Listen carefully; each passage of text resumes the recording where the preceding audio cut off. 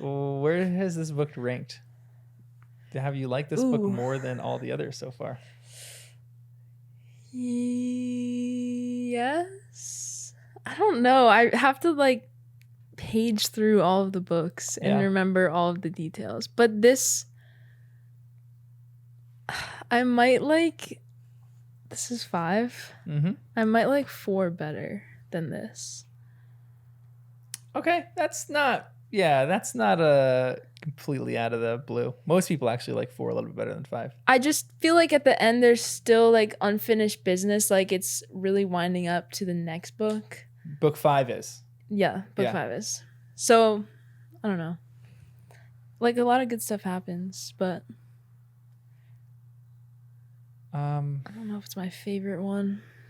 Yeah, this book isn't a ton of people's favorite because of Umbridge. Sometimes it just seems to drag, but I still think it's a pretty remarkable book, and even in the midst of it feeling like it's dragging and Umbridge just still being there and all these slow things happens, like the last 10 chapters are just action packed. Yeah. They're like one after the other, like not all your questions, but like a ton of stuff's happening. And it does seem like this entire book is essentially just setting up the next book. Yeah. I don't know why people would say they don't like it just because Umbridge is here. Because I feel like Umbridge as a character is fantastic. Yeah, absolutely. So, I don't know. She's agonizing to just be around. Like, I still remember my first time read when I was intrigued by her as a character, but she was around for too many chapters. I was like, I need her to get punched in the head right now. I need her to be like out of the book so that they can actually do what they need to do. And she just wasn't. And it was getting worse and worse and worse. I remember the first time I read like Harry got a lifetime ban from Quidditch. I was like screaming in my house. I was so furious. That's so funny. And she just would not leave until finally Grop, my least favorite character, takes care of her. And I'm like, okay, there you go, Grop. One good thing that you did. Yeah. And I also had like a week break of not touching the book. So it kind of like definitely diffused some of the... Yeah, it's all right though. Yeah. But we'll talk about 35 to the end of the book tonight. But welcome to the podcast. I'm John. I'm Lizzie. And this is Harry Potter and the Second Time Reader.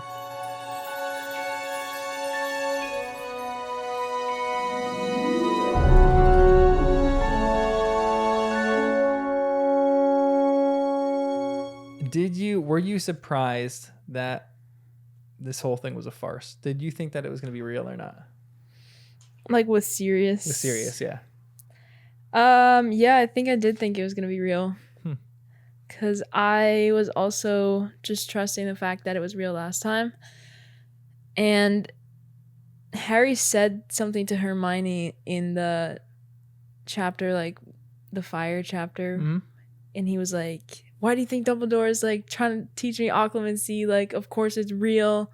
That's why he wants me to like close my mind. So even like Dumbledore wanting Harry to close his mind, like that was also kind of a little like true. Yep. I don't know, like adding truth to it. Yes. Verifying it in a way. But I don't know. You got me. Yeah, we're going to talk about Dumbledore at the very end when they have the conversation. Because there's a lot of ethical questions that we need to work through with him for why he didn't trust Harry, why he was ignorant, or why he was silent with Harry. Yeah, there's a lot of stuff. Should we just group these all together? Yeah, we should, honestly. Okay.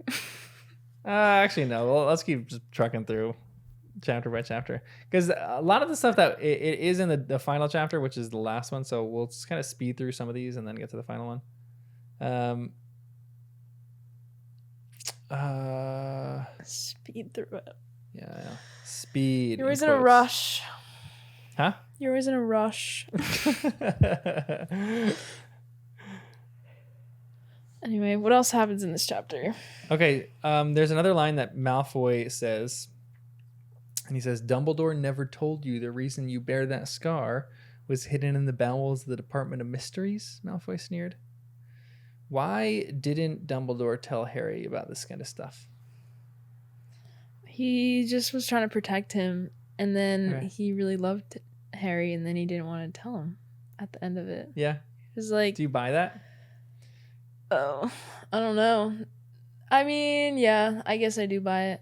But I would think it probably became more complex than what he's saying right now. Mm-hmm. So even like the stuff that he's saying, oh, like you were too young to know, I would imagine there's like he's gained a lot more painful knowledge probably that Yeah. now he doesn't want to dump on him. But I mean, he seemed pretty truthful. Like Dumbledore was crying when he was telling him. Yeah, for sure. So I mean, anybody just whip up tears though. that's true. That's actually, yeah, it's true. It's not true. I don't know can how fake true that is. cry. Really? Yeah. It's impressive. I know. can't. It's great. What the heck? It's kinda like Is that the fly that was just attacking me? just got natted right in my eyebrow. I honestly didn't question his if he was telling the truth or not. I just took it at face value. Huh. Do you think that Dumbledore was right to keep this information from Harry? Like, when is the appropriate time to tell a kid that there's a prophecy about him? It depends what the prophecy is. The prophecy is either you're gonna die or somebody's gonna kill you. I would hold off a little. But yeah, I mean, just how much Harry has gotten into like the defense against the dark arts and like fighting Voldemort already.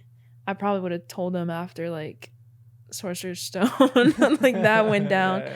Like, hey, the reason that like all this is this guy's happening. after you, like it would just explain a lot. But do you think that it's Dumbledore's right to withhold this information? Like, when does Harry have a right to know? When he becomes an adult? When he becomes like a teenager? Like when he goes to school? Because Dumbledore withholding this information, it's just a weirdly ethical question about like, when do kids have the right to know certain things about, how, whatever it might be. But for Harry specifically, it's like, this prophecy is specifically about him. Is it Dumbledore's right to withhold this information from him or not? Well, who else knows about the prophecy?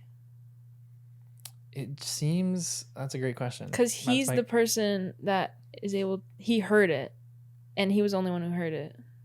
So it depends who he's already told. Because it seems like Malfoy maybe knows. No, they don't know what the content of the prophecy is. So that's why they're adamant to go find what the prophecy is, because they don't know what it is. And because Voldemort thinks that there's extra information in there that can help him defeat Harry.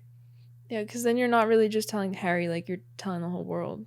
If Harry, like, I just feel like it would get out. Yeah. But I mean, if other people know the prophecies and you're like withholding it from the person that it's about, I don't like that. I feel like you'd rather just hear it from the person straight up. Yeah. But I don't know. It's like not a nice, it's a tough prophecy. I know, you know? Yeah. It's like impending doom. Yeah. We're going to dissect the prophecy in a bit. But there's another line that says, and I just want to ask, what do you think is happening in this paragraph? A jet of red light flew right over the Death Eater's shoulder and hit a glass-fronted cabinet on the wall full of variously shaped hourglasses. The cabinet fell to the floor and burst apart, glass flying everywhere, sprang back up onto the wall fully mended, then fell down again and shattered. Time turners. Yeah, nice. Good pickup. Okay, thanks. So this is how I just want to make a note. This is how she closed the time turner loop, because a lot of people had issues that she brought time turners into the stories because you could do anything with this.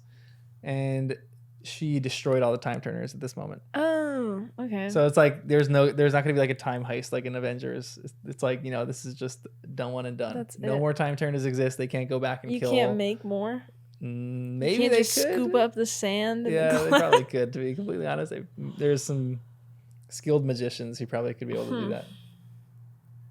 I didn't realize there was multiple time turners. I thought it was like a one hit wonder. Yeah, they have a few. No, yeah, they got a bunch of them in there, and they're the only people that can use them or distribute them, and it has to be under Ministry control.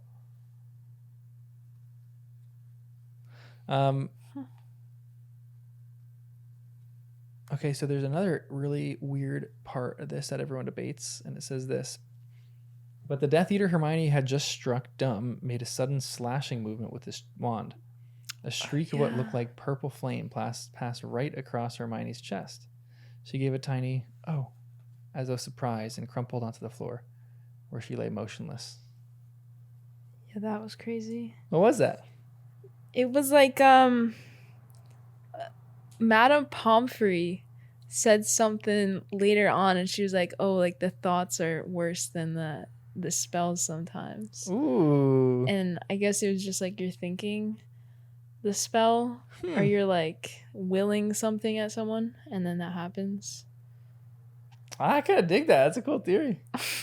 I thought that was like what it was. No, there's a lot of debate for what the heck this was. Because no one really knows in the Harry Potter universe. I'll find it when we get to that chapter, but they felt like that explained it a little, which made me immediately think, could Harry have killed Sirius like willfully when they were in the Shrieking Shack? And like Harry didn't actually know how to kill anybody at that point. Oh yeah. And I was like, can you just like think really hard and make it happen? Because Harry, all the magic he had done was just like unwillingly, like he was just angry at stuff, and it would just kind of happen.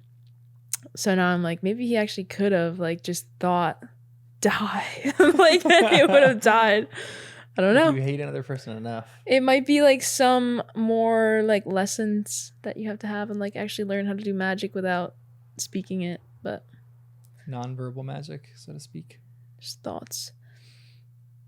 That there has to be some kind of limit to that, because limit your thoughts. Yeah, but like the magical realm has to limit that to some extent, because I mean I can't just go walking on the street and hate someone and be like, "Arr," and they just drop dead, you know?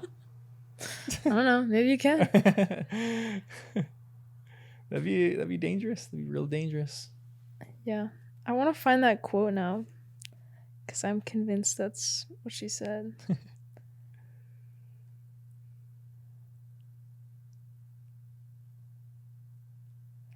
Because they,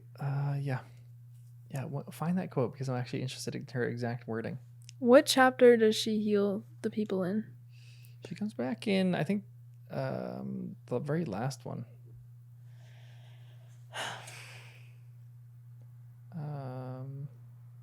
The Second War Begins. I think it's the Second War Begins.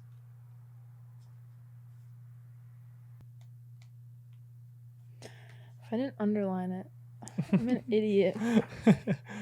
What's the gist? Oh, here we go. Yes. There were still deep welts on his forearms where the brain's tentacles had wrapped around him. According to Madame Pomfrey, thoughts could leave deeper scarring than almost anything else, though since she had started applying continuous magic. Okay, so that's the thoughts from the brains. But still, she's talking about that in just general idea too. And so like the spell that they cast on whoever that was without words, like that's still a thought that's making that happen. Thoughts can leave deeper scarring than almost anything else, which is like so true. And that's true. Yeah, I feel like it's true in life. Like you can think so, like you can get so uptight about something in your mind that it just like ruins the outcome, even if it's nothing's happening in life. Like you just let things build up. It's like personal inception. It's like your own thoughts burrow deeper than like sometimes the reality of the situation, and it hurts you in ways that are deeper than just like a normal pain or a scar. Like your own perception of yourself sometimes is wrong, but your own perception of yourself can give you lots of lasting damage. That's facts. Or like the thoughts of another person. Like if that's why I used to, if I could choose any superpower, I used to say like, oh, I want to read people's minds. I don't want that at all. That's like literally the last thing that I would want now, because I think that'd be so damaging. I think that would hurt so bad to know like maybe someone passed you and they had like a nasty thought about you, and how much you'd latch onto that and be like, oh my gosh. What do you say? You say like unforgiveness hurts you more than it hurts the other person. Yeah, something like that. Yeah. Not forgiving someone is like taking rat poison and waiting for the rat to die. Yeah. I didn't say that line. Yeah, I know that one. I think Anne Lamott said that line, which is a great line. But yeah. It's one of my favorites. But it tends to harm you more than it does the other person, because a lot of people, like if you are. I mean, it's the same with a lot of these things. Like it's the same with gossip. Like you think that you're gossiping, but it doesn't really hurt you when you're doing the gossiping. But if someone learns about you gossiping about them, it crushes the other person. Yeah. And it doesn't even matter the content of the gossip. Sometimes it just matters like, they were being talked about behind their back, and that crushes them.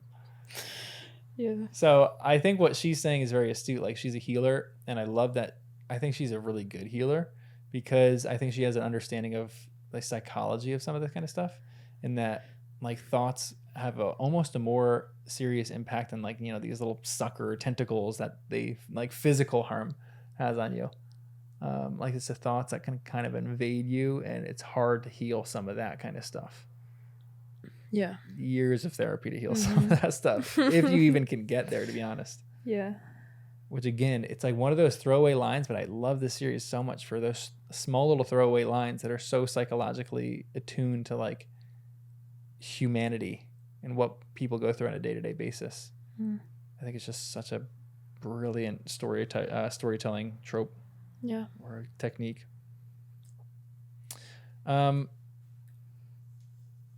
Thoughts on the death of Sirius?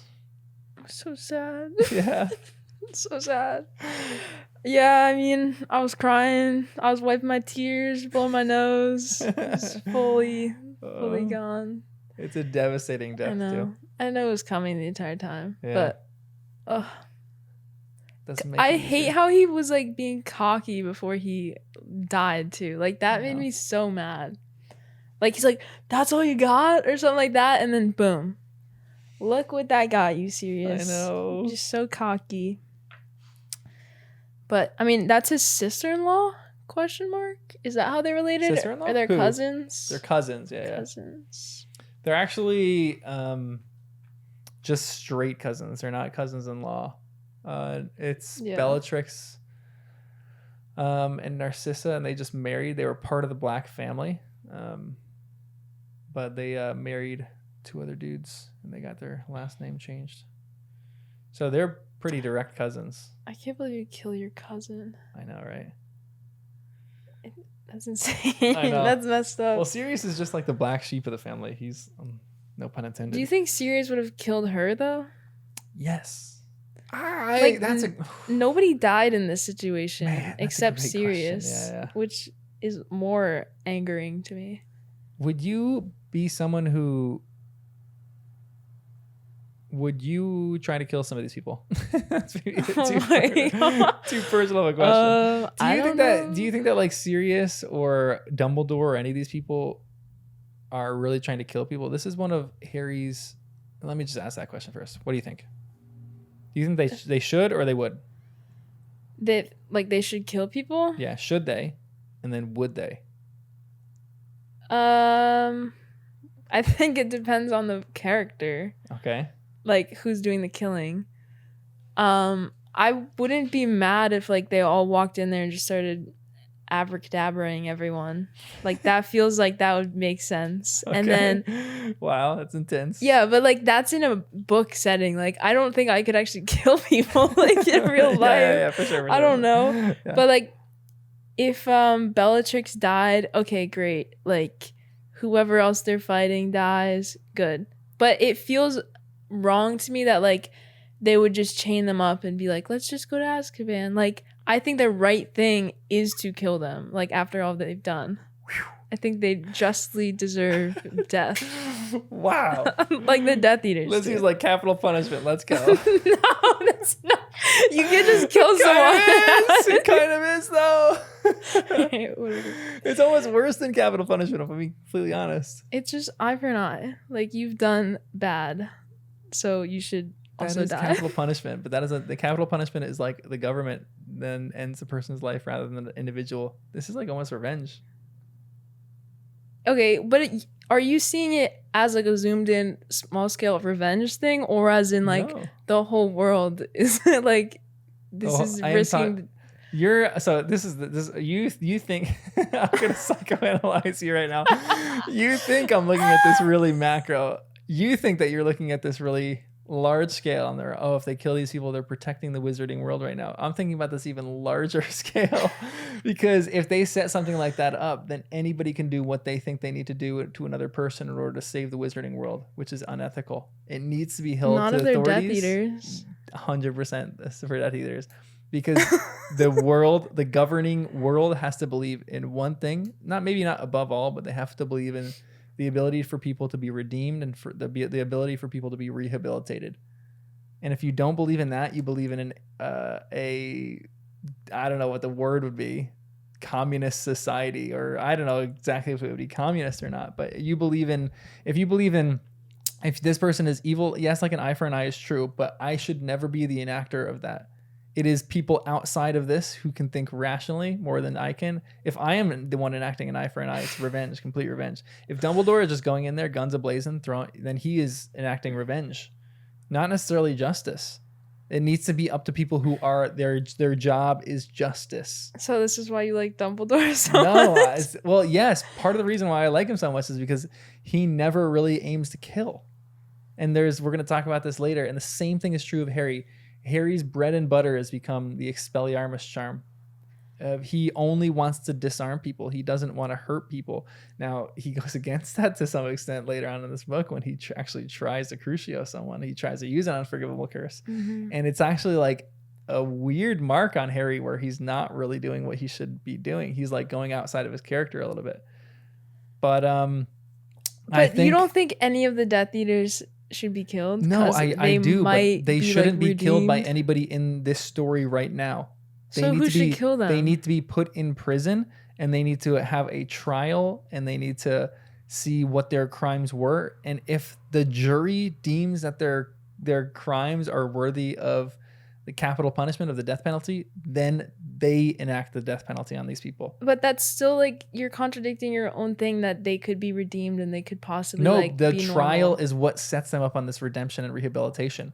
If so there's a part to it where psychopaths aren't able to be rehabilitated or redeemed really, but they're still in prison. They're not like rotting away. Their life still has value. And I think this is one of Harry Potter's shining examples, is that even though these people have gone down the wrong end of the wrong extreme, and they're fanatical about their wrong beliefs, there's still an idea that their life has value.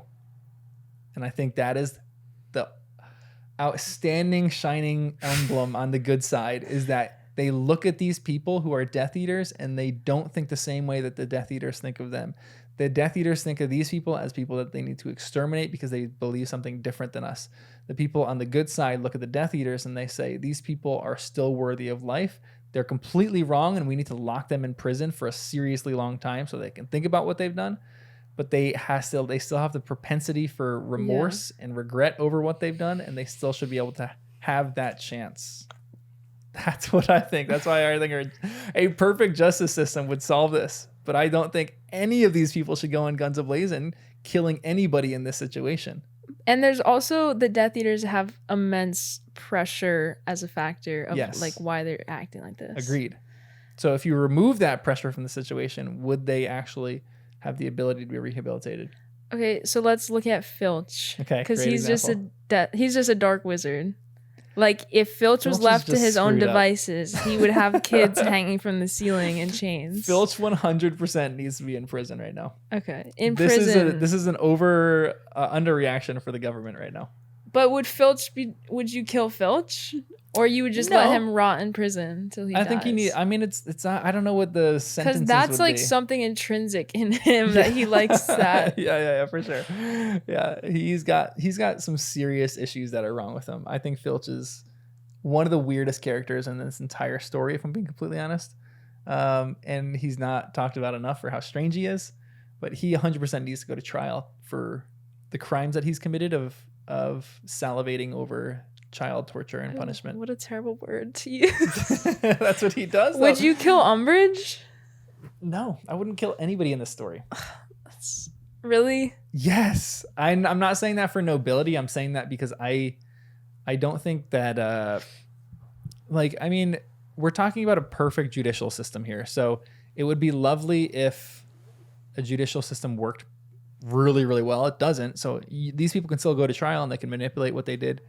And we even see that in the fourth book, where there's people who commit crimes and there's a whole courtroom of people who look angry, and it's like the mob mentality. They want to lock these people in prison because these people tortured and crucioed Neville Longbottom's parents, and people love them. And so they want everything wrong to be done with these people. And so maybe their sentences were too extreme. I don't think so. I think their sentences were good because I love Longbottoms. But then you learn of Ludo Bagman, who goes on trial and everyone loves him because he's an athlete. It's like you see this in the world today. Like no trial is really perfect, but there has to at least be some belief in a judicial system that somewhat works. Otherwise, society would never survive. There'd be anarchy, and I could go kill whoever I wanted based on what I think is right and wrong. So you're just resting everything in the hands of a jury instead of No. personal decision to kill someone. Yeah. I'm what if not, but you keep saying it's in a perfect world and it's not in a perfect world. Yeah, it's not a perfect world, but it's a heck of a lot. This is going to sound weird, but there's not like a lack of trust that I have in myself. But as far as like my own emotions and as far as how I think and view the world, like I feel like I have a good take on what justice and what revenge is. But if something happened to me, like say, something terrible happened to someone that I love, and I was like, able to be in a room with that person, and I could, kill that person right there. Would that be justice? Be revenge. That would be revenge. And there's a serious distinction between justice and revenge. So I should never be the one that tries that person. And that would essentially be me trying that person. Like Harry goes through that when he thinks that Sirius Black has killed his parents. And so he has this moment of revenge where he's in the Shrieking Shack and he's like, I'm going to kill you. And it's a complete revenge story. And then he realizes that it's wrong. And then he goes into justice. That's why one of the most devastating moments in the book, but I love this, is when Sirius and Lupin then turn the tables on Wormtail and are about to kill him. And Harry's like, no, this can't happen. He needs to be like, put in prison and like tried, and needs to like, he's going to rot in a cell in Azkaban for the rest of his life. But it's the value of human life that I think that happens. I don't know. It's a weird little thing. It's a weird little tidbit that I have. But. No, I hear you. I get what you're saying. I think you're probably right, but I still disagree. Objectively, you're right. Me, I'm wrong. Because we love revenge. All of us love revenge. But revenge never really does anything. My last thing that I'm holding out here is like, okay, we're looking at this on a global scale of like, this is either the end of the wizarding world or like the end of good if Voldemort reigns. But like right now, it still kind of is just a battle between like the Order of the Phoenix and the Death Eaters. And those are two very small groups of people. Yeah. And the rest of the world, like the whole global scale that we're zoomed out looking macro. Agreed. They're completely oblivious. So At this point, it could almost be like a personal revenge would benefit the greater good because everyone else is oblivious. Yeah. And I will say this too. You have a fantastic point, because this is essentially a time of war, and judicial system doesn't really apply in war. Like you're not shooting bullets that like, knock the person out so that you can go grab that person and then try them in court, Yeah. So it doesn't look like that at all. Like if there's two politicians that are running or they're going to be elected, it's like one, they could know things about each other that the general public has no idea about. Yeah. And then one of them murders the other person. That's personal revenge, but all of us oblivious citizens are going to benefit because of the personal revenge, because that one politician knew something that we didn't know as citizens. I feel like that's kind of like the Order of the Phoenix. I don't think that's how the Order of the Phoenix should act. Okay.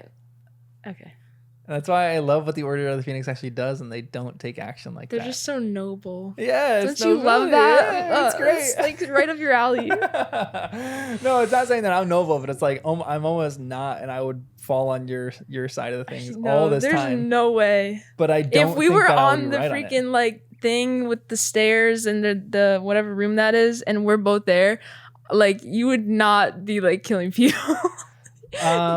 Absolutely not. Okay, so I will say you would probably go to Harry and you would probably like personally defend Harry. And I'll defend people to my death. That's like one of my shining attributes. And if they like, if I see what, that's your shining attribute. Defend people to my death. Yeah, absolutely. That's been proven in the past as your I've died for people. I'm back on my 4th try right now. Okay. No, I think that.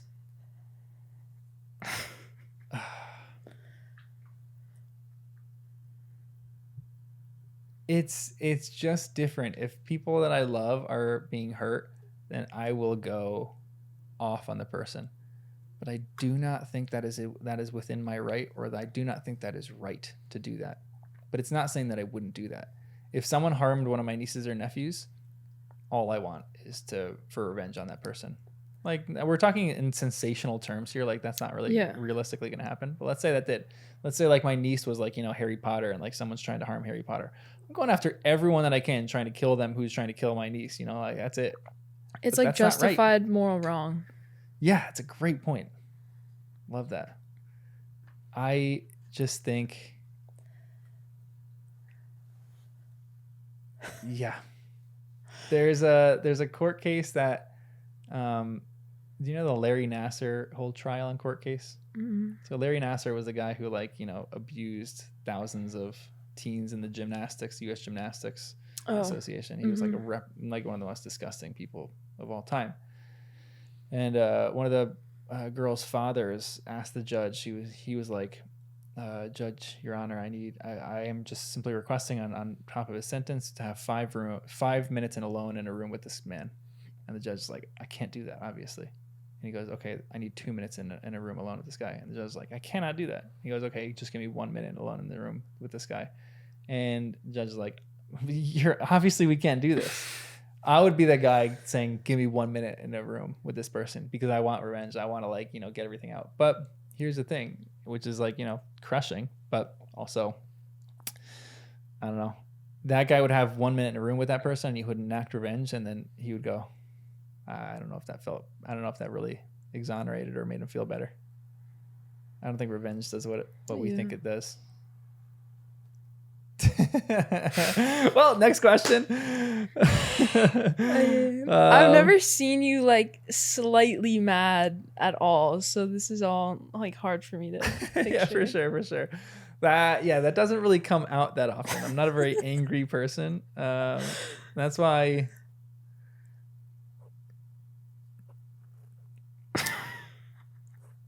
One phrase that I live by, one of my favorite phrases, is just beware the wrath of a gentleman. And I remember seeing that when I was in college for some guy that I really admired, and he was very gentle and he was very calm. Never saw him get angry except for one moment. And it was one of the scariest moments of my life when he got angry. And I try to live like that. I'm not really an angry person, and there's if I'm kind of the opposite. If a situation happens, I will retreat within myself and shut myself off because I do not want to show that kind of side. But there are situations where I've been severely angry at something and it's come out, and sometimes it's scary, But I think that's true for a lot of different people. I've never really seen you angry, so it would be hard to imagine you in this situation as well. High five, air five. Nice. Sirius's death is tragic. Moving on. Chapter 36, the only one he ever feared. This is a good one. This is where Voldemort appears and they have a little duel. Dumbledore and Voldemort. But one of my questions for you to start is, how do you think Sirius's death is going to affect Harry? Will this be something that he carries into the next book? Yeah, for sure. Because I feel that was... he has friends in Ron and Hermione and some of the Order, but I feel that was the most he actually loved someone, I think. Mm-hmm. So I feel he's just going to get really lonely and kind of just close himself off to everything. Yeah. Because he kind of did that in this book. He really closed himself off because he was dealing with Cedric stuff. But in the next one, this is someone that he loves even more. So trying to process through that would be rougher for him. Yeah. And he's not good about talking about his feelings. Yeah. Or whatever he's processing through at the moment. He's terrible at that. Yeah. He doesn't know how to. Yeah, he needs some therapy, my guy. What do you think about him using an unforgivable curse, though? This is part of the discussion that we were just having, but I don't care. I think it's cool. Oh my gosh! All right. Well. Yeah. I mean, unforgivable. Everything's relative. Okay. I feel that's not great, especially you're kind of still a kid. I don't think you should be doing that if you're a kid, but I mean, she's trying to kill him, fair enough. Yeah. This is a pretty high stakes situation. But Harry, the unforgivable curse that he's choosing to use is Crucio, which is that's not fun. Torture. It's, you know. Hmm. But like, what else are you gonna do? He's not gonna kill her, and he's not gonna like Imperious her. Like that's the only option. No, he like has he a lot could more have. options. I know. I'm saying out of the three unforgivable. Yeah, the three ones. unforgivable curses for sure. I think this moment is a really well written moment because it does show the conundrum that we were just talking about. It shows how angry Harry is in this moment, to the point where, I mean, this is like such a human reaction. Someone that you love dies and you're just going off. It doesn't, like, the law doesn't abide to you anymore. You were just, yeah, like, whoever did this to the person that you love, you're going after them. So I think it's a great bit of writing because it's very relatable. But then when you look back on the story, you're like, was this right? I don't know. I wonder what Harry thinks about the unforgivable curses, though. What do you mean? Because, like, everything, well, I don't know. A lot of things, like, you believe in, or the, like, your morals, the way you act flies out the window when you're angry and, like, you're acting out in anger. So, like, is that happening for Harry, or is Harry just, like, doesn't really care about unforgivable curses, or he's, like, seen them done enough at this point that it's, like, normal in his world? Like, that's just what people do, or that's, like, the level of magic that he's kind of already in with the people around him. So it's like, I don't know, you know. That's interesting. That's You a know what I'm fascinating question. saying? Yeah, I know what you're saying.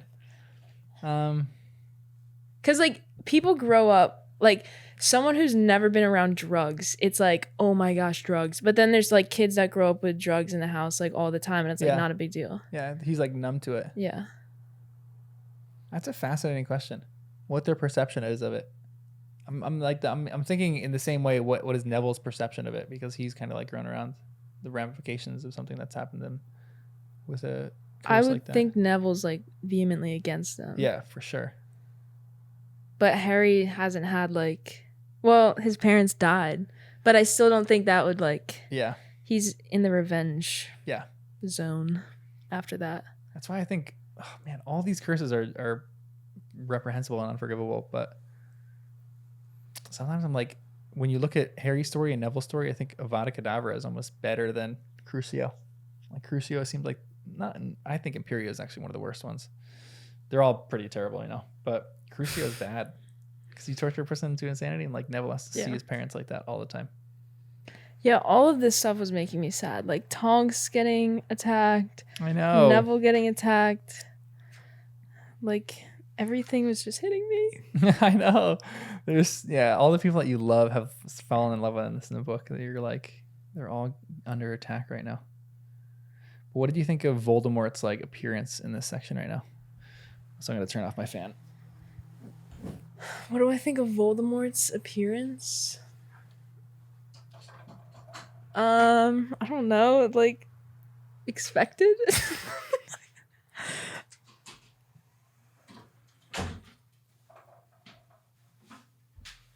Does he only appear by the fountain thing? Is that when he shows up? Yeah, he shows up right there. And his intent was to kill Harry? Yeah. So you just said it was expected. You actually thought that he was going to show up. Like, you had no doubt in your mind that Voldemort was going to show up. I mean, I thought he was going to be there, like, in the prophecy room, and him be like, hand it to me. I thought that was going to be him. Yeah. But Voldemort sends other people to do his bidding. Yeah. 99% of the time.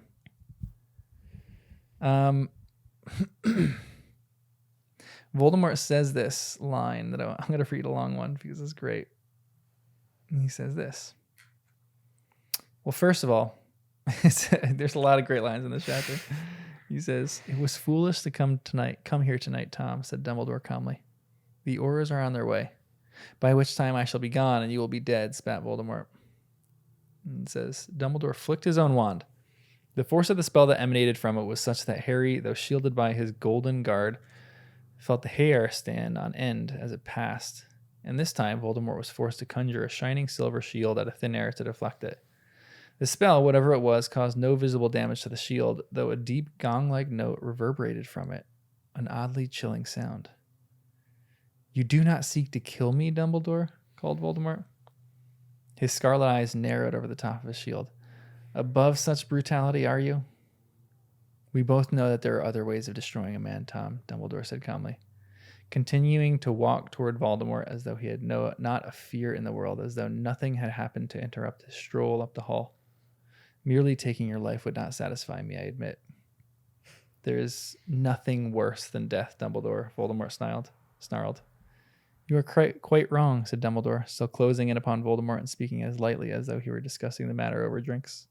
Harry felt scared to see him walking along unshielded, undefended, unshielded. He wanted to cry out a warning, but his headless guardian kept shunting him backward toward the wall, blocking his every attempt to get out from behind it.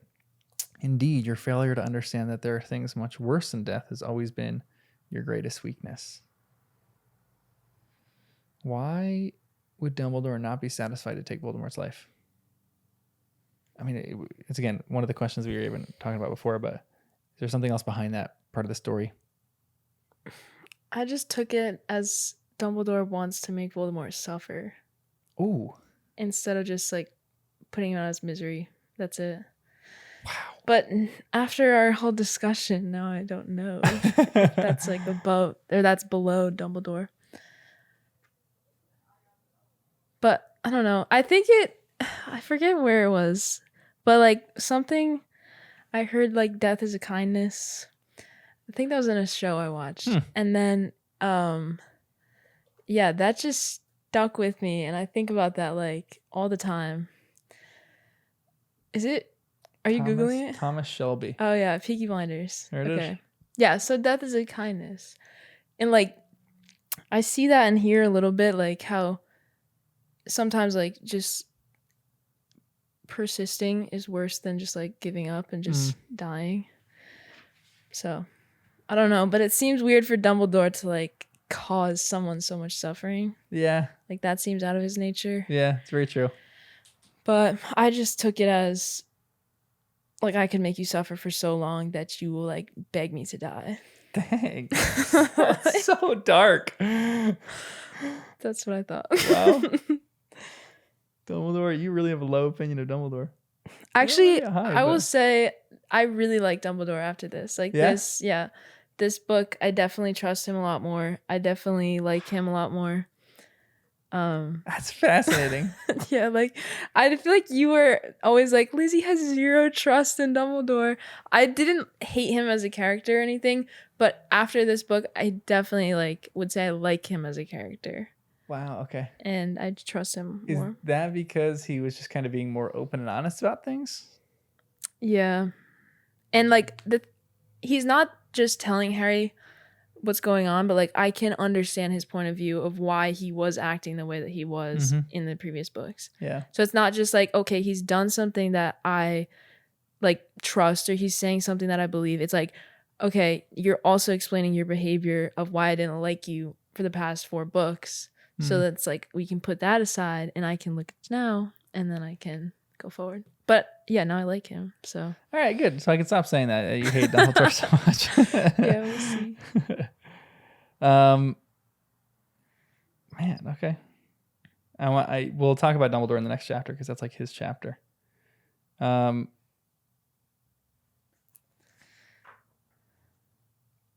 there's another line that it says, he was gone from the hall. He was locked in the coils of a creature with red eyes, so tightly bound that Harry did not know where his body ended and the creature's began. They were fused together, bound by pain, and there was no escape. And Harry goes, let the pain stop, thought Harry. Let him kill us. End it. Dumbledore, death is nothing compared to this, and I'll see Sirius again. What do you think about these lines? I underline death is nothing compared to this, and I'll see Sirius again.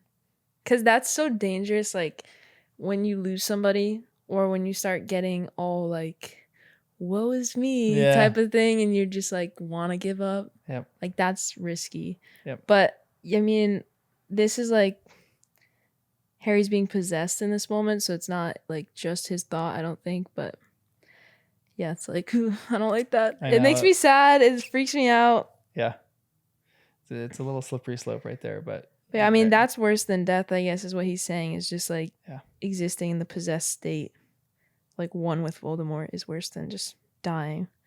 And like I think just basing it off of what he saw in the Veil, like I don't think Harry knew anything about like what the wizard afterlife is like. So he's probably like, oh, everybody's just like having a party down there behind the Veil. I can hear people talking. Yeah. Obviously, Sirius is like right there. Yeah. And we'll just live normally forever. So I don't know. If somebody, I don't know what it's like after you die, but if somebody could explain it to Harry, maybe Harry would not. Hope, yeah, like he wouldn't just want to like willingly go. But I'm gonna compare. So I'm reading another book right now, and there's a character that I don't like as much as I like Harry, and there's one of the biggest reasons for it is this specific reason here. It's the character's responses to death, and one of them, the person that the character loves dies, and the character doesn't really think twice about it or bat an eye. And here, Harry loves Sirius with everything. He hasn't really spent a lot of time with Sirius, but he loves him with everything in him. And then Harry is experiencing the conundrum that I think all humans experience, is what you're describing really well, is how do you go on living when something like this happens to you? Like he's like, wouldn't it be better to, just die right now? Which is a really dangerous thing, but it's what everyone feels if someone like they love has died. Truly, truly love. You see this with like people who have been married for a long time, and like, the spouse dies. This happens a lot with marriage. If the wife dies first, usually the husband's pretty close to follow after. That happened with like my grandparents. It happens with a lot of people that I know. So it's like the will to live kind of loses out a bit, but it's such a instant reaction, and it's like it shows that you truly did love really well. If you're going to have a really hard time thinking how you could live without this other person, now this other person is gone. And I loved Harry's response. And yes, this other book that I'm reading, I hated this other kid's response because it just didn't make sense. It didn't compute with me. It didn't seem human to just let this thing brush by you so easily. That's why I love Harry in this. I think there's also like a type of, I guess it's grief, or it's like the time before grief begins, where it's just like nothingness and you can't cry, or you can't like, you're just like cold to it. Yeah. So I don't know, like Harry's not experiencing that, but also just like what you're saying about the other character you're reading about, it's like there can be a time of just like emptiness. Yeah.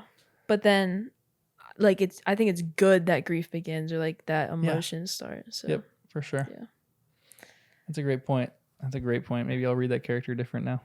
Because like I don't know if that person just died or if they've lived through it. But yeah, there's a point too where sometimes you have to like table your grief. Like terrible things happen, and like you're in the midst of something, and it needs to wait until you can actually like have the proper time to grieve. So it's a great point. All right, let's go to chapter 37, which is the Lost Prophecy, in which Dumbledore and Harry have a long conversation, and they talk about the prophecy and all of Dumbledore's errors and mistakes, and he confesses all those things. Yeah. Now, this is one of the first lines I want to talk about. It says, "It was unbearable. He would not think about it. He could not stand it. There was a terrible hollow inside him. He did not want to feel or examine a dark hole where Sirius had been, where Sirius had vanished. He did not want to have to be alone with that great silent space. He could not stand it." And Dumbledore comes back and it says, "Let me out," Harry said yet again, in a voice that was cold and almost as calm as Dumbledore's. "Not until I've had my say," said Dumbledore. Do you think I want to? Do you think I give a... I don't care what you've got to say," Harry roared. "I don't want to hear anything you've got to say." "You will," said Dumbledore steadily, "because you are not nearly as angry with me as you ought to be. If you are attacking me, as I know you are close to doing, I would like to have thoroughly earned it." And Dumbledore kind of says he's to blame for all this kind of stuff. Is Dumbledore to blame for all this? I don't know. I see his point of view, but I also wouldn't pin it on him and say, no, it's not your fault. Like, it just has to happen one way or another. But I really like this chapter. I love how Dumbledore talks to Harry and deals with Harry and lets him just rampage and destroy the office. Yeah. And he's just goes with the flow. It's a great person who can like receive another person's grief in the way that Dumbledore is receiving it here. It's one reason I love Dumbledore. Yeah, because I mean, Dumbledore's grieving too, Mm-hmm. and nobody thinks about that. Yeah, I haven't even thought about that until you mentioned. That's a great point. Dumbledore's a human too. He's Like, grieving, you know. He knew Sirius Yeah, forever. it's a great point. Like the strength that it takes to experience the same pain as somebody else and be there for them and like wait through their anger and wait through their grieving process and give it to them in a way that like they need to hear it and like just give them the space while you're experiencing the same exact pain and nobody's doing it for you. Like that's immense strength to be able to do that. Dude, that's a really, that's wise. Wow. I love the way she writes grief in this book too. Oh this my is gosh. like probably my favorite part of this book is just like the way she puts it in little sentences and just like here and there is like Sirius this or like now I'm alone and like it's just these little moments where like your mind starts to wander. Mm-hmm.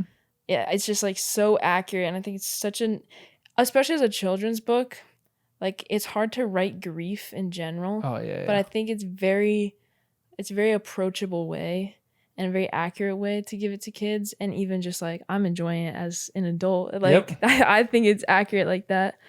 But yeah, because there's never this like big moment of just like he's angry, but he doesn't just like have a breakdown and just give up and like cry in a puddle on the floor. Like it's just like he's walking around and oh, there's a thought about Sirius. Yep. But yeah, so good. I know. That's one of my favorite parts of her writing as well, is how she writes grief and sadness. And I think she is one of the best in the business because generally it's like I did some journalism, some journalism classes in grad school. And my teacher, this is the constant refrain she had when she was teaching us to write. She was like, understate everything. She's like, your audience will be more haunted if you understate deadly severe facts and you just write them as fact and don't even like write, because she's like, you're gonna go through some of these dramatic moments, and that's really what journalism is. So you're just kind of spouting the facts. You're not really like, you're not supposed to dress up anything. But like even in normal writing, she's like, if you look at some of the best writers alive today, they write their stories and they, in these super dramatic moments, they are so understated for how dramatic they are. In these like the people who aren't good writers are the people who like, you know, there's like 20 chapters or 20 pages of a chapter on like, you know, everything that Harry is experiencing, all the grief that he's experiencing. How he's like, you know, he's ripping this little piece of paper up from like they describe like in, you know, 20 paragraphs how much he rips up this piece of paper, and you're like, you know, but Joe writes this and it's like a few lines here and there, just like small little lines. And it's the same thing. All the best children's authors are just understated in how they write about this stuff. And I think that she is one of the best in how she writes grief. So that's a good pickup. Yeah. But this is kind of where you get creature stuff too. We kind of talked about that previous podcast.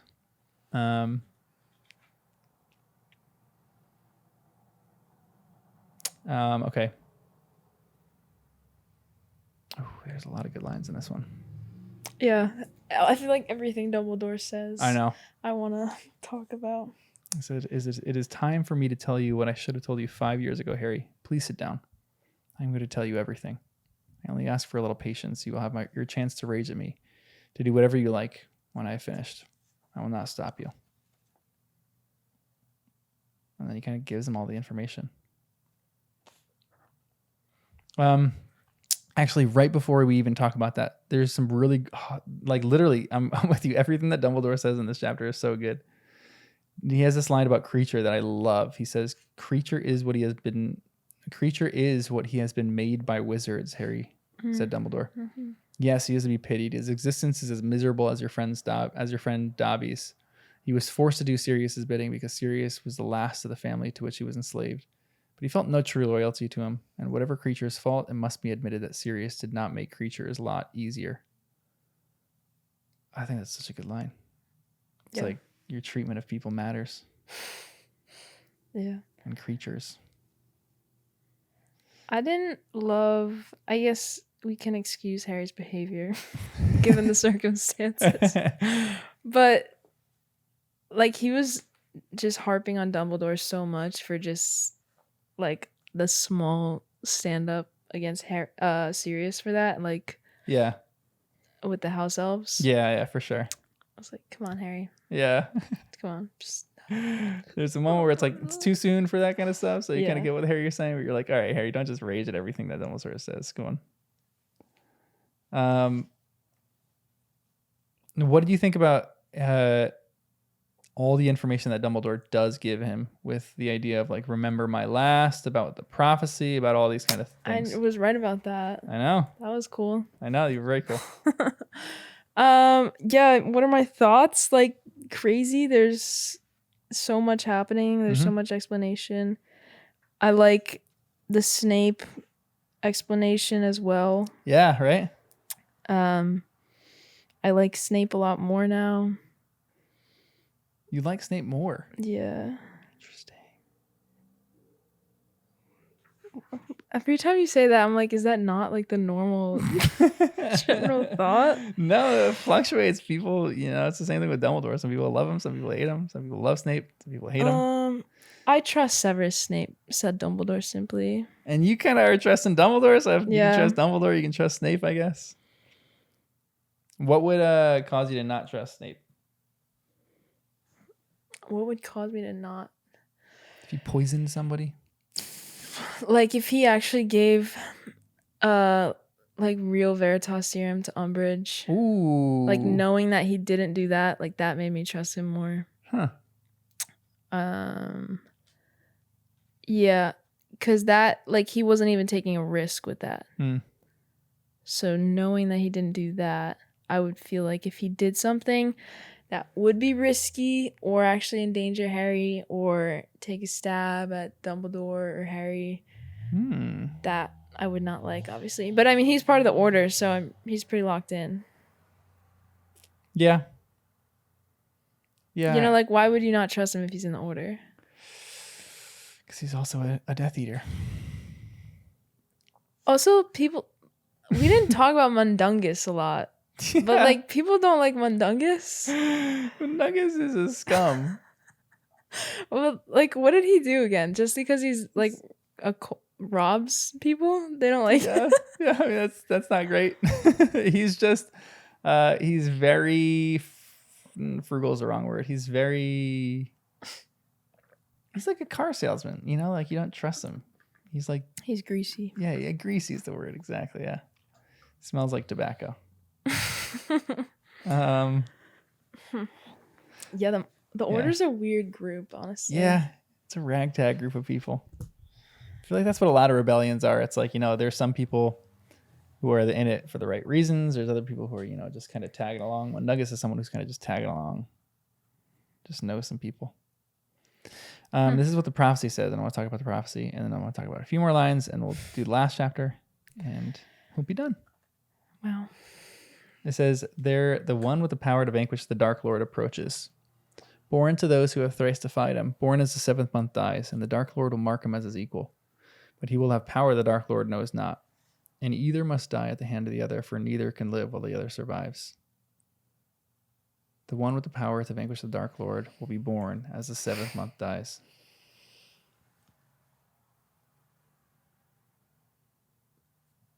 What do you think? When they said it could have been Neville, I was freaking out. Like, I slammed my book on my bed. I was literally just like, what? There's no way. What? Like, just me alone in my room reading it, just talking to myself. And, like, I guess we figured out that it is Harry. Yeah. But, like, it's only Harry because Voldemort chose it to be Harry. Yes, exactly. It's like it could have been Neville. Yeah, like he is the like creator of his own fate. Yep. Dumbledore marked him as his equal, so that's why Harry or Voldemort marked him as his equal. Why did Voldemort choose Harry over Neville? You remember? Something about his parents. Yeah. They came against him 3 times or something. Nah. Harry's half-blood. Neville's a pure-blood. Why is he a half-blood if both his parents were at Hogwarts? Because his mother was a Muggle-born. Oh, so you can be a half-blood but still have two wizarding parents? Yeah. Most people are half-blood in the wizarding world. There's very few people who are pure blood. There's like a section. Have I talked about the Sacred 28 before? Yeah. Yeah. There's 28 pure blood families in Great Britain, and that's pretty much it. So, like, a wizard's not a muggle? Wait. I don't know how genetics works with that. You need to explain this to me. Because both of Hermione, or no, yeah, we can even talk about Hermione. Both of Lily's parents are Muggle. What percentage wizard is Lily? I guess it would just be like a heterozygous recessive Whoa, like genotype or something, or like multiple loci. Like it's not just two alleles. I don't know how that works. None of what you said just computed with me, but it sounded really impressive. I don't think it is impressive at all. I don't know, because you're just saying they're both muggles and they're not. Yeah. They are not active wizards. So somewhere in I guess both sides of them, they have wizard history. And then it just has to be both of that contributes from the parents into the It's interesting, actually. Some part of me thinks as well that sometimes a wizard can just be like, can just come out of nowhere. Yeah, because it's magic. It's not exactly real. Yeah. Sorry to burst your bubble. You're not a wizard. Yeah. I don't know. So Voldemort's also, his mom is not a witch. Oh, his mom or his dad? No, I think it's his mom. Okay. Well, next question. Whatever. Why do you think it's his mom? I thought he said it was his mom. Mm-mm. I thought he was like, both of us, our moms are both. Like when he was in the cauldron, like cooking with the. He says, "I stand upon the bones of my filthy Muggle father." Oh. Or Harry stands upon him. So his mother was a witch and his father was a Muggle. Maybe we'll get into more of that. We'll see. Yeah, the odd thing, Harry, he said softly, is that it may not have meant you at all. Sybil's prophecy could have applied to two wizard boys, both born at the end of July that year, both of whom had parents in the Order of the Phoenix. Both set of parents having narrowly escaped Voldemort 3 times. One, of course, was you. The other was Neville Longbottom. Whew. Neville. And then this is like Neville, I love him so much. There is a room in the Department of Mysteries, interrupted Dumbledore, that is kept locked at all times. It contains a force that is at once more powerful and more terrible than death, than human intelligence, than the forces of nature. It also, perhaps, is the most mysterious of the many subjects for study that reside there. It is a power held within that room that you possess in such quantities, and which Voldemort has not at all. That power took you to save Sirius tonight. That power has also saved you from possession by Voldemort, because he could not bear to reside in a body so full of the force he detests. In the end, it mattered not that you could not close your mind. It was your heart that saved you. So good. That is good. Any other points in this chapter before we go on? No, it's okay.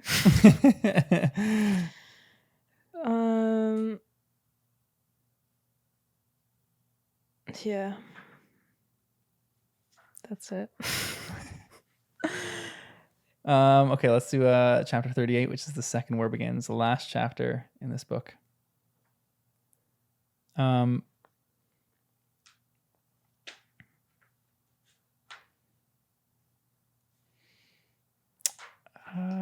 This is when we get the Madame Pomfrey line that you were talking about before. That's such a good one.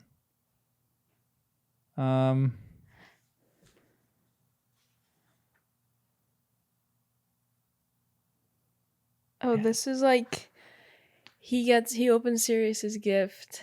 He talks to Luna. Yeah. Dumbledore comes back. Yeah. Isn't that devastating when he opens the gift and he Yeah. realizes that it was that could have saved him the whole entire time? And I think it's good that he was hopeful for the moment Yeah. instead of just being like immediate regret and like, I should have done this. I could have saved him. Yeah. But yeah, that hurt. I know. Because there's moments like it's confirmed that he's dying. Harry still has hope. Then even when he goes to Nick, Yeah. that's a devastating dialogue that they have. Ups and downs. Yeah, like the mirror, and he thinks he's gonna see him and be able to talk to him, and he can't. And then he thinks he's gonna see him as a ghost, and he can't. And the mirror's gone, right? Like the mirror is not. Didn't Dumbledore move that to a secure place or something? Maybe. I don't know. That's a good question, actually. The mirror might still be at 12 Grimmauld Place. Maybe it's just like hanging out there now. The Mayor of Erised. Oh, the Mirror of Erised? Yeah, Dumbledore moved that to a safe place. Yeah. Yeah. Because then he can't just go visit him. Yeah. Which is tragic. I know, it's tragic. Yeah, for sure. And there's a point to it. It's tragic, but at the same time, Harry has to move on. Yeah. It's like you can't just sit and dwell. It does not do well it does not do to dwell in dreams and forget to live. Sounds like Dumbledore said that or something. Which he did. It's a good quote. I'm just quoting Dumbledore. I like it. Here's a nice little line, because I know we were talking about in a previous podcast whether Harry was like an introvert or an extrovert, but he was finding it hard at the moment to decide whether he wanted to be with people or not. Whenever he was in company, he wanted to get away, and whenever he was alone, he wanted company. He thought he might really go and visit Hagrid, though he had not talked to him properly since he has returned. And then he goes to Hagrid for like a minute. Yeah, and that doesn't work. But yeah, you're just like uncomfortable everywhere you go. I know. There's no curing that. But I love when he talks to Luna. Oh my gosh, I know. That was beautiful. Because there are those people in there, like I don't understand what it is about these people. I think people like that need to be studied because when you're going through grief, generally you're feeling the same exact thing as Harry felt. You don't want to talk to anybody. Mm. And some people do. I mean, it's different for different people. Like, I mean, I'm an introvert, so I completely understand what Harry's going through here. But there is always that one person who knows how to cut through that, who knows how to deal with death in a way that other people don't.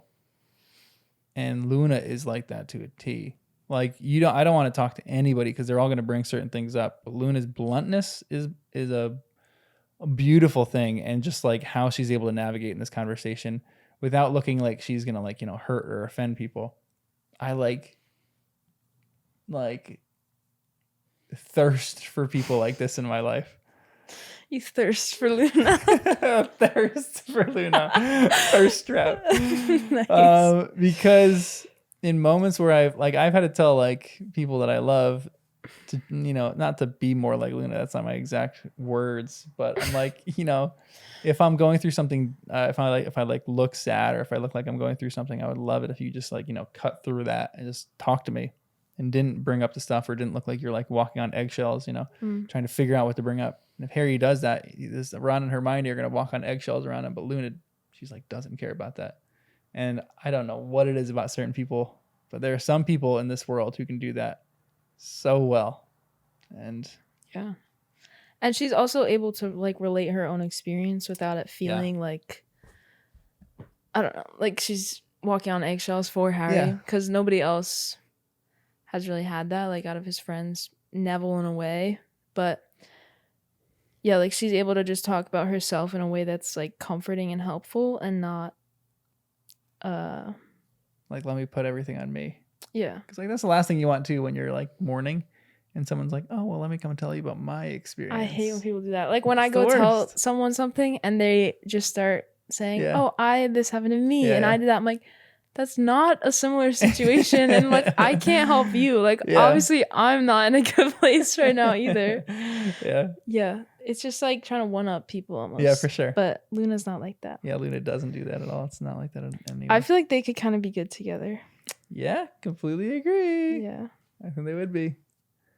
I think, yeah. kind of think Luna's too good for Harry. But Really?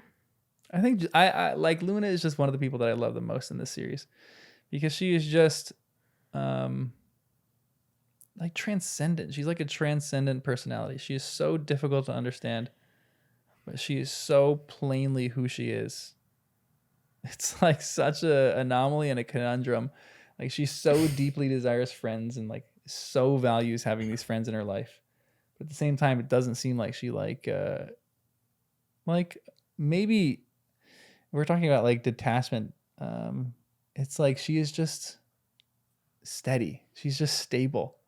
Like it doesn't matter what happens in her life. She's just seems like she's steady and she can kind of weather the storms that come. I don't know. There's just something about her that I love. What house is she in again? She's a claw. Oh.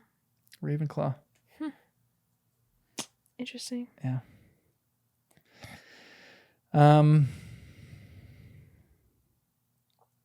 What else? We get Professor Umbridge left Hogwarts the day before the end of the term. It seems she had crept out of the hospital wing during dinner time, evidently hoping to depart undetected. But unfortunately for her, she met Peeves on the way, who seized his last chance to do as Fred had instructed, and chased her gleefully from the premises, whacking her alternatively with a walking stick and a sock full of chalk. Many students ran out into the entrance hall to watch her running away down the path, and the heads of the houses tried only half-heartedly to restrain them. Indeed, Professor McGonagall sank back in her chair at the staff table after a few feeble remonstrances and was clearly heard to express a regret that she could not run cheering after Umbridge herself because Peeves had borrowed her walking stick. It's so good. Yeah.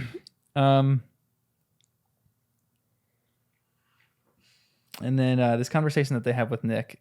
It says Nick turned away from the window looking mournfully at Harry. He won't come back. Who? Sirius Black, said Nick. And so strong was his belief, Harry actually turned his head to check the door. Sure for a split second that he was going to see Sirius, pearly white and transparent, but beaming, walking through it toward him. He will not come back, repeated Nick. He will have gone on. It's so good. It's so devastating.